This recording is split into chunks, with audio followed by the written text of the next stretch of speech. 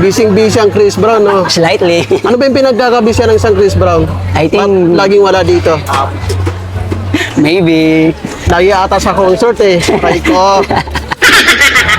Yun, no? Thank you so much, bro. I appreciate, man. God bless you, bro.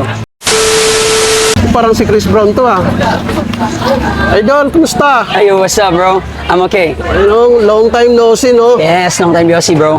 Ngayon lang kita ulit nakita dito sa Fusion Alley. I don't know. Busy ang Chris Brown, no? Slightly. Ano ba yung pinagkakabisya ng isang Chris Brown? I think Laging wala dito. maybe. Lagi ata sa concert eh. Try ko. So, matanong ko, ano nga pala yung binibenta mo dito? Idol? Sherbet, sir. Sherbet like coconut shake ice cream. Pure coconut and pure milk. That's so good. Like Ayun, this. Para po siya, ano, no? Shake. Yeah, shake na ice parang cream. Like, ayun. Magkano? yeah, 50 pesos only. 50 pesos. Yes. Ano? Gaano kalaki yung baso mo, Idol? Here, sir.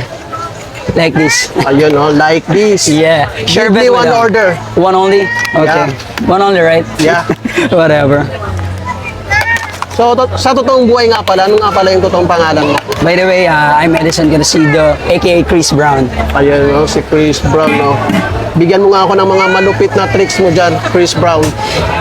Ayun, no? Thank you so much, bro. I appreciate, man. God bless you, bro. Ano oras ka nagtitinda dito? Actually, nga bro, pala? I'm start 4:30 until sold out tayo dyan, bro. Thank you so much. So, araw-araw to sold out. Maybe. So, nakakailang ganito ka sa isang araw? Actually, mostly 3 gallon, yeah. 3 3 gallon. tab, Ano, per day. laging paldo si Chris Brown dito, guys. maybe. Whatever again. Thank you God bless dito, you. ah. Thank you God so bless. much. Buko na ice cream pa try natin. Sobrang lamig, guys. Harap. Grabe yung lamig. Sarap ng buko sherbet ni Chris Brown dito.